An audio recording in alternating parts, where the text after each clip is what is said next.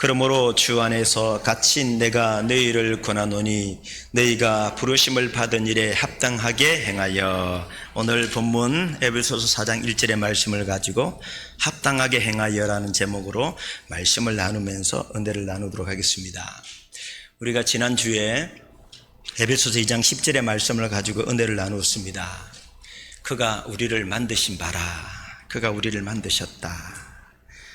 포이에마라는 단어를 쓴다 그랬죠. 이 포이에마라는 이 단어는 우리는 하나님의 작품이다, 하나님의 글작이다 라는 그런 뜻입니다.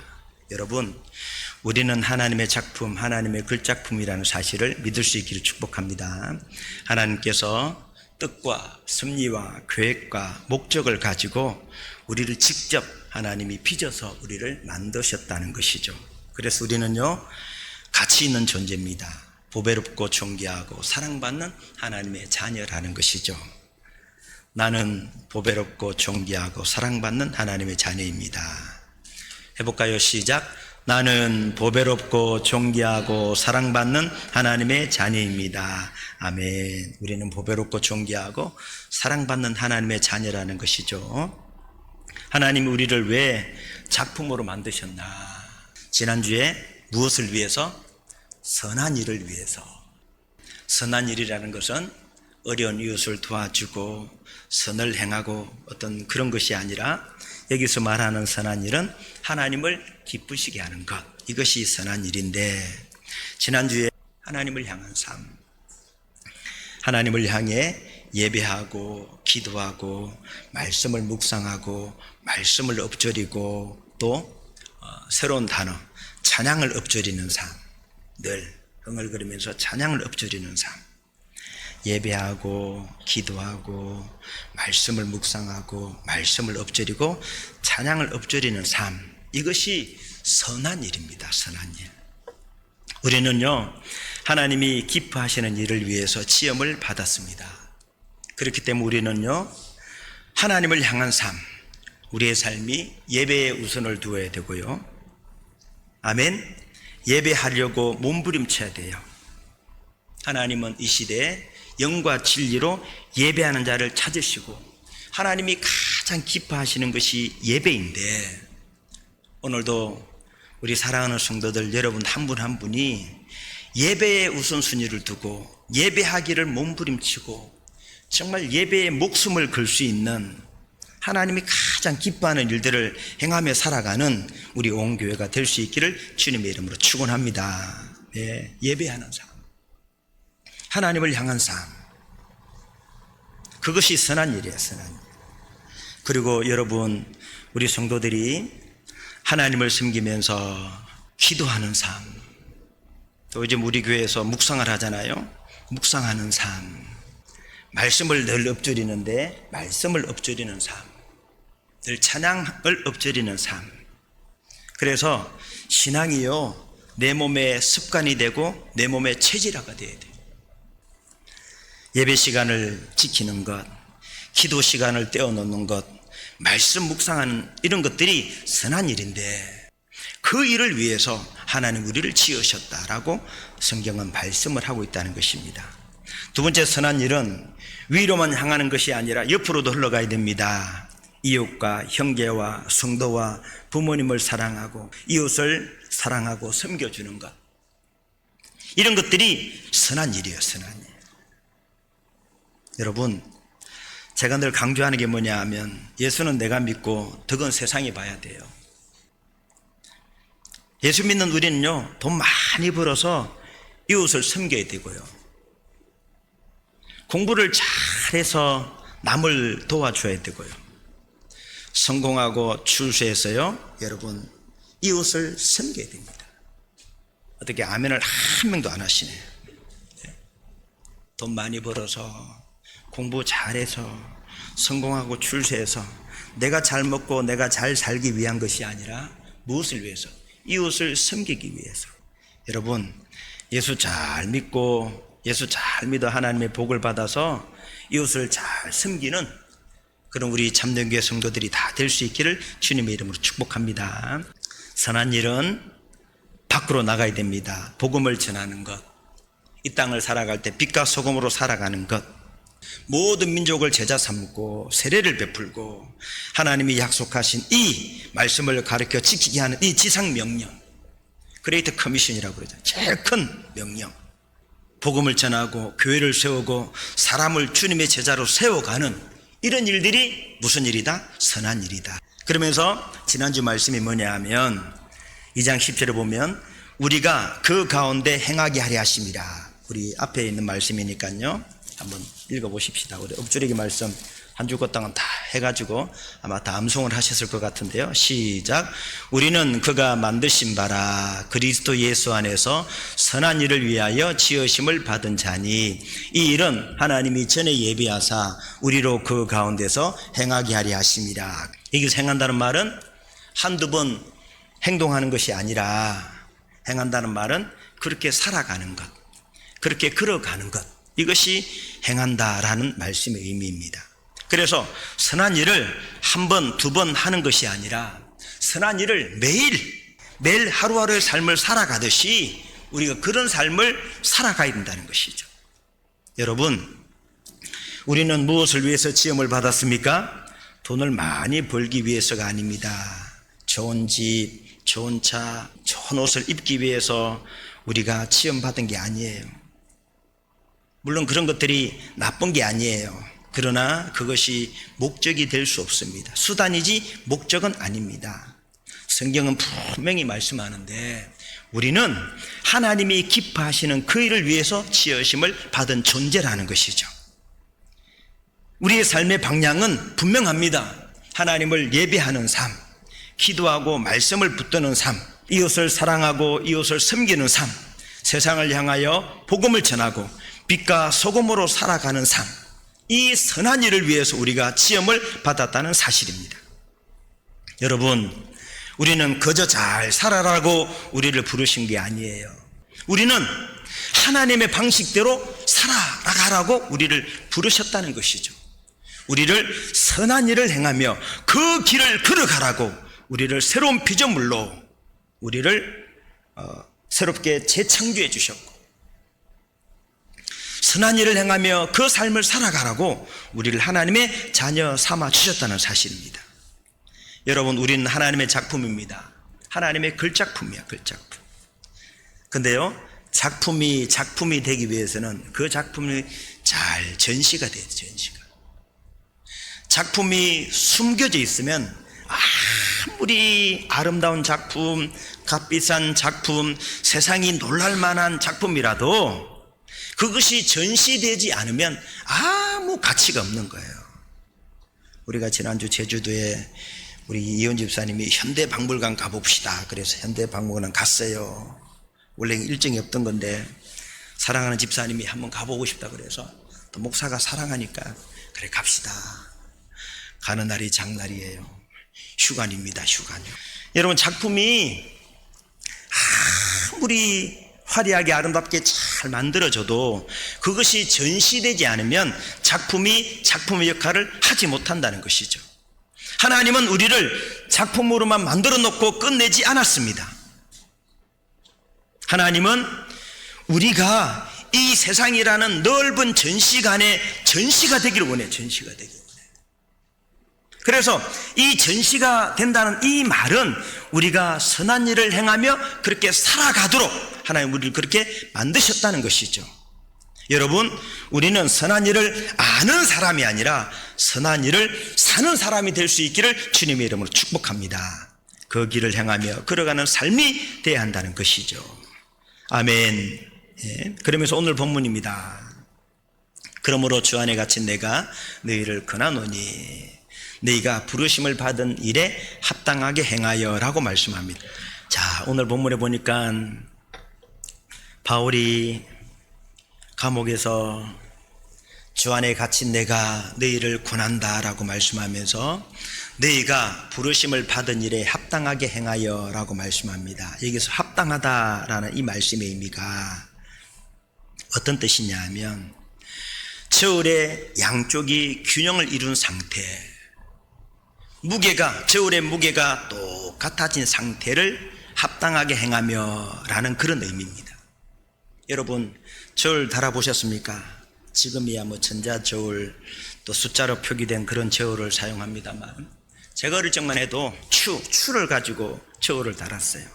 그 추가 5kg짜리도 있고 10kg짜리도 있고 20kg짜리도 있고 그 추를 가지고 우리가 무게를 달았던 그런 기억들이 있는데요. 합당하다라는 이 말씀의 의미는 양쪽이 똑같이 수평을 이룬 상태가 합당하다라는 단어의 의미입니다. 그래서 합당하게 행하는 삶은 균형 있는 삶, 양쪽의 저울이 똑같은 삶을 의미하는 거예요. 저울은요, 한쪽이 무거우면 기울어집니다. 무거운 쪽으로 저울은 기울어져요. 무거운 쪽으로 기울어지게 되어져 있습니다. 그래서 기울어지는 것은 합당한 삶이 아니라 합당하다는 말씀의 의미는 양쪽이 똑같다, 수평을 이룬다라는 말씀의 의미가 합당하다라는 말씀, 무게가 똑같다라는 그런 말씀의 의미라는 것이죠. 여러분, 부르심을 입은 우리는 양쪽의 삶이 있죠. 두 개의 삶이 있습니다. 뭡니까? 세상과 교회, 두 삶이죠. 그래서 합당한 삶이란 신앙의 삶과 세상의 삶이 균형 있는 삶, 똑같이 수평을 이루는 삶이 합당한 삶이라는 것이죠. 창세기 1장에 보면 하나님이 말씀으로 천지를 창조하시죠. 지금 우리가 묵상하는 생명의 삶 묵상이 이 창조에 대한 얘기를 계속 하고 있는데 얼마나 은혜가 되는지 몰라요. 하나님이 지으신 이 우주 만물을 잘 다스리고 관리하고 발전시키고 잘 유지하도록 하나님 그렇게 아담에게 말씀을 주셨어요. 그리고 이어서 창세기 2장에 가보면 하나님이 사람을 만드시고 에덴 동산에 아담을 두시죠. 그리고 창세기 2장 15절에 뭐라고 말씀하냐 하면 경작하며 지키게 하셨다라고 말씀합니다. 하나님이 에덴 동산에 아담을 두시고 그 에덴 동산을 경작하게 하시고 지키게 하는 일을 하나님 아담에게 말씀을 하셨어요. 여기서 경작하다라는 단어의 의미가 아바드라는 단어를 사용하는데요. 이 경작한다라는 말씀의 의미가 뭐냐 하면 농사를 짓는다, 땅을 일군다라는 그런 뜻입니다. 이 경작하다라는 단어의 의미에는 섬기다, 예배하다라는 의미도 들어있습니다. 자, 하나님께서 사람을 만드시고 에덴 동산에 두시면서 하나님이 만드신 동산을 경작하게 하셨어요. 경작. 무슨 뜻입니까? 하나님이 만드신 그 에덴 동산에서 열심히 땅을 일구고 농사를 지으면서 살아야 돼요. 땀 흘리며 일하는 존재로 하나님이 아담을 만드셨어요. 그런데 하나님은 그것만 하게 하신 것이 아니라 동시에 하나님을 섬기고 예배하는 존재로 하나님이 아담을 만드셨다는 것이죠. 경작이라는 단어는 내가 땀을 흘려서 열심히 농사를 짓듯이 일을 하는 것만 아니라 그것만큼 뭐 해라? 하나님을 예배하는 일도, 하나님을 섬기는 그 일에도 땀을 흘리며 뜨겁게 하나님을 섬겨야 되는 거예요. 이것이 경작하다라는 말씀의 의미라는 것입니다. 뿐만 아니라 지켜야 합니다. 지키다라는 말씀의 의미는 보호하다, 유지하다라는 뜻인데 하나님이 경작하게 하신 것을 끝까지 지켜내고 유지하고 보호해야 합니다. 잡초를 뽑고 병충해를 막아야 되고요, 물을 줘야 되고 끝까지 돌봐야 돼요. 끝까지. 신앙도 마찬가지죠. 시작보다 더 어려운 것이 지켜내는 것이거든요. 믿음을 지키는 것, 예배를 지키는 것, 마음을 지키는 것, 이것은요 시작보다 훨씬 더 어려워요. 그런데 우리는요, 하나님 우리에게 무엇이라고 말씀합니까? 경작하고 지키라. 열심히 일하고 열심히 섬기고 그 마음을 끝까지 지켜가라라고 우리에게 말씀을 하고 있다는 것이죠. 여러분, 우리의 삶이 얼마나 치열합니까?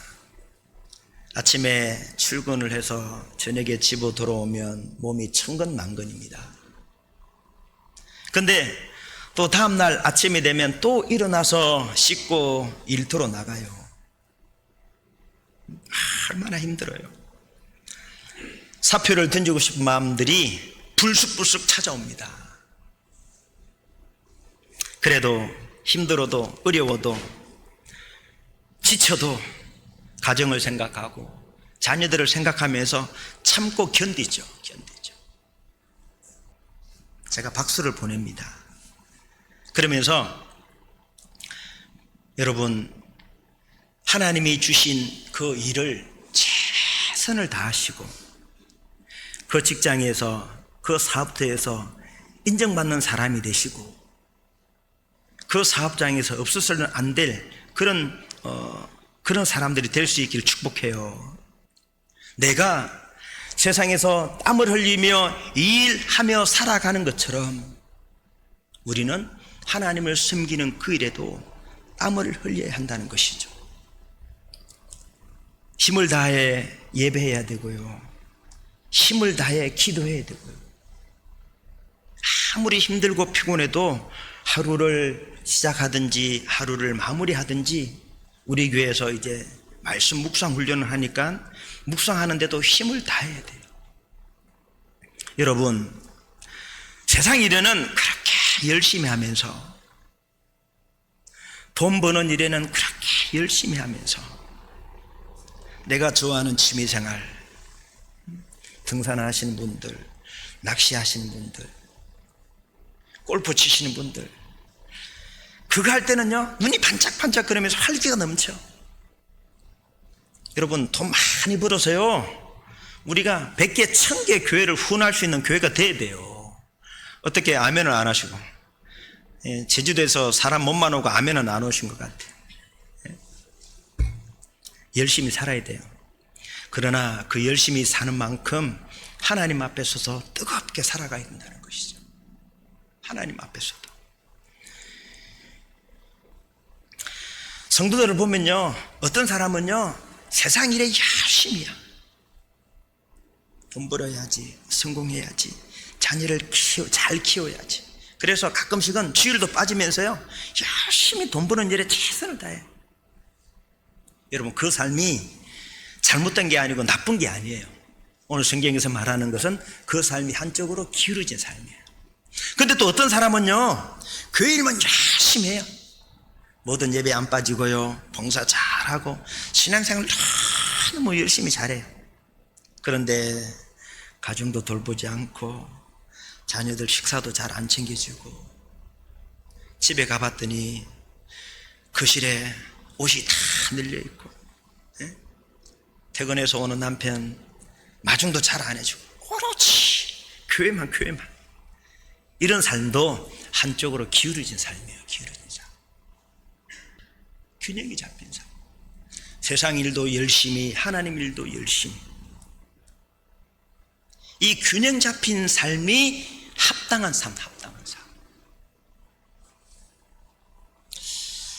여러분, 이번 주 금요일 날 묵상 말씀이 시편 104편 20절에서 23절 말씀인데요, 저는 그 말씀을 묵상하면서 참 많은 은혜를 받았는데, 이 말씀에 보면 하나님께서 창조하신 세상 만물이 얼마나 하나님이 정교하게 아름답게 다스려 가고 계신 분인지를 우리가 보게 되는데, 산 골짜기에 샘을 내셔서 짐승들이 마시게 하시고, 공중의 새들이 나뭇가지에 깃들이게 하시고, 높은 산은 사냥을 위해서 있고 바위는 너구리의 피난처가 되게 하셨어요. 하나님이. 그러면서 19절에 어떤 말씀이 나오냐 하면, 여호와께서 달로 절기를 정하시며 해는 그 지는 때를 알도다. 20절, 주께서 흑암을 지어 밤이 되게 하시니. 그러면서 그 다음 말씀이, 밤이 되면 짐승들이 기어 나와요. 이 세상이 이렇게 흘러가는 것이 우연히 되어지는 것이 아니라 하나님이 정하신 질서대로 움직이고 있구나, 이걸 제가 다시 한번 깨달았어요. 만약에 사자가 낮에 돌아다니고 들짐승이 낮이고 밤이고 아무 때나 돌아다니면 세상이 어떻게 되겠습니까? 대전에서 늑대 한 마리만 나왔다고 학교 휴교를 하는데. 근데 하나님이 그런 사나운 짐승들은요, 밤에 활동하도록 하나님이 다 만드셨고요. 자연은요, 하나님이 정하신 질서대로, 하나님 정하신 이 자연의 원리대로 사니까 세상이 평안한 거예요. 오늘 보세요. 에베소 4장 1절, 너희가 부르심을 받은 일에 합당하게 행하여 라고 말씀하셨는데, 하나님이 정하신 질서대로 살아라. 이 말씀의 의미는 하나님이 정하신 질서대로 살아라, 하나님이 정하신 방법대로 살아라, 그 말씀이에요. 그 말씀. 하나님은 우리를 균형 있게 합당하게 하나님의 질서대로 살도록 우리를 부르셨다는 것입니다. 여러분, 하나님이 정하신 질서대로 살아야 돼요. 여러분, 우리는요, 세상 사람과 살아가는 삶의 방식이 틀려요. 틀리다니까. 우리는 말씀 보고 기도하고 주일날 교회 와야 마음이 시원하고, 그렇지 않아요? 그래서 우리는요, 세상을 살아가지만 세상을 따라 살아가는 사람이 아니라 세상의 일도 하지만 하나님을 섬기는 이 일도 함께 행하며 살아가는 그런 사람들이라는 것이죠. 여러분, 하나님이 우리를 새로운 창조물로 새롭게 우리를 창조하신 이유는 합당하게 행하라고, 한쪽으로 기우는 삶, 한쪽으로 치우치는 삶이 아니라 세상과 신앙, 믿음과 세상이 똑같은 삶. 내가 돈 버는 일에 열심을 품는다면 하나님을 섬길 일에도 열심을 품고, 내가 직장에 아침 일찍 출근하는 그 일을 한다면 하나님을 섬기는 일에도 그런 열정들이 있어요. 열정들이. 여러분, 세상만 붙잡지 말고 하나님을 붙잡는 삶이 될 수 있기를 바라고요. 균형 있는 삶, 하나님 앞에서 합당한 삶, 질서 있는 삶을 살아가는 우리 온 교회가 될 수 있기를 주님의 이름으로 축복합니다.